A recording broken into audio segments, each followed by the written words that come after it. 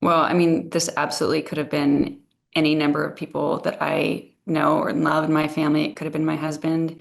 And we're all, whether we're aware of it or not, we're all interconnected in, our natural resource economy and the trades community. So, yeah, my heart breaks for these families, and a lot of young kids and families are going to be impacted for a long time.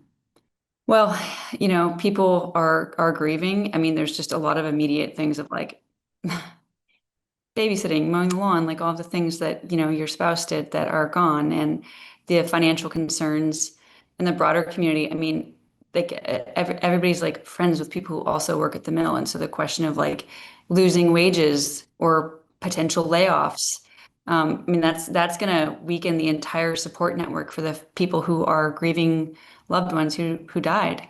I mean, I was immediately like obviously concerned about my friend's family, my friend's siblings, and the families that are they're these men are never coming home, and there's the like immediate like emotional side. There's the like kind of second and third steps of like how are we going to support our families? How are we going to move past this, have safe jobs, jobs with agency? This mill is also one of only two in the state, I believe now, that takes wood chips. And so all of the wildfire thinning projects, all that stuff, like that material goes to these mills. And those projects don't pencil out if there's not a small market. If there's not a market for those chips to be sold, you don't cover the cost of diesel for these projects. So it's all we are married to our timber and cardboard and paper industry. I am very confident. We're fortunate. The chairman of the committee is from Idaho. He knows about the timber economy. He knows about the risks of working in industrial facilities. Dan Newhouse. I've had really great colleagues and support from across the aisle in making sure that this funding was included and upped to the FY26 levels. So, Trump zeroed it out. The committee had put it up to 8.2. We got it to 14 million, which is what their budget was last year.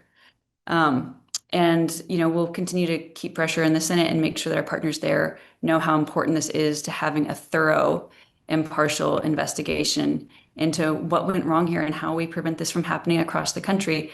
But people all across the country are seeing these kinds of issues. Like California just had the tank near miss. There was an explosion in North Carolina at a mill. We have an aging infrastructure that's been underinvested in, and we need to critically think about the trade-offs we're making as we're seeing, plastic packaging increase in this country. How are we going to support the domestic economy for timber products that we all rely on?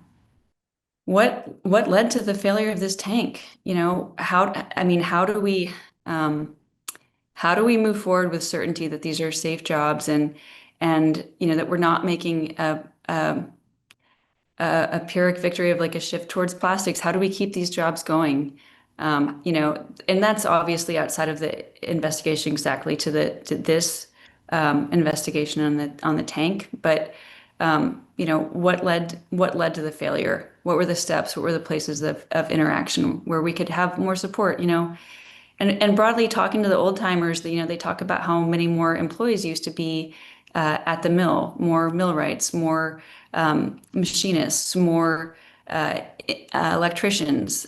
How are we going to have the workforce and the jobs available to ensure there's like a robust economy and safe jobs where people have agency and stop work authority?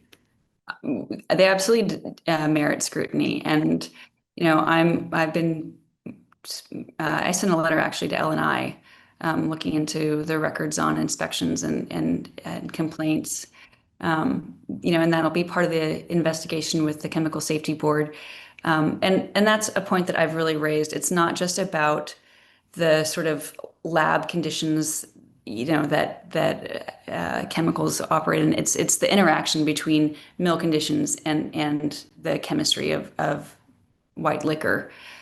So those are some of the things I'm going to be working to ensure that there's a thorough and full investigation into. Like every time a mill closes, there's less market power for people working in mills. There's a more constrained job market.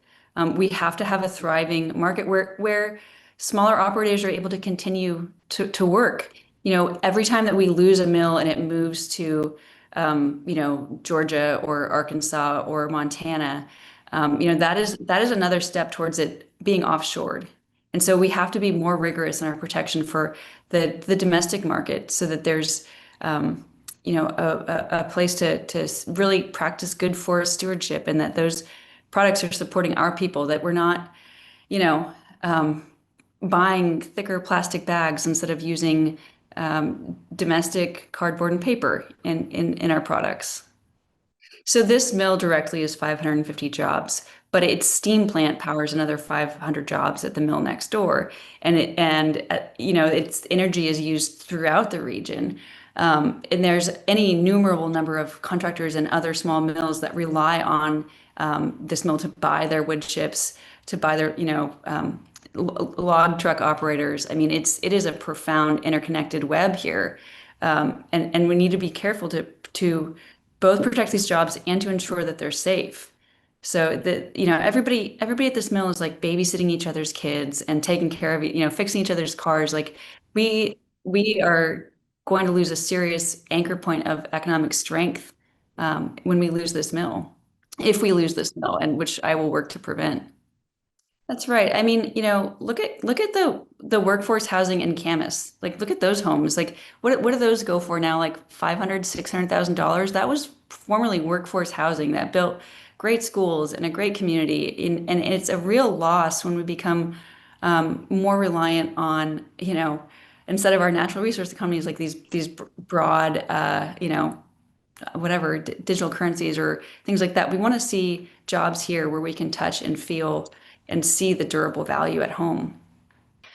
Well, that I'm with you, that I'm here to work for you, that I'm fighting for you in the answers and the long work of ensuring that your questions are answered, everything we can do to bring support to you. Any casework that we're able to do, whether it's making sure that there's Social Security benefits for the children of victims, all that casework. Like I'm here for you on the bigger scale. Working to ensure that we are supporting the trades, that we are ensuring that people have power and mobility in their jobs, and that we're not seeing more of our family wage jobs lost.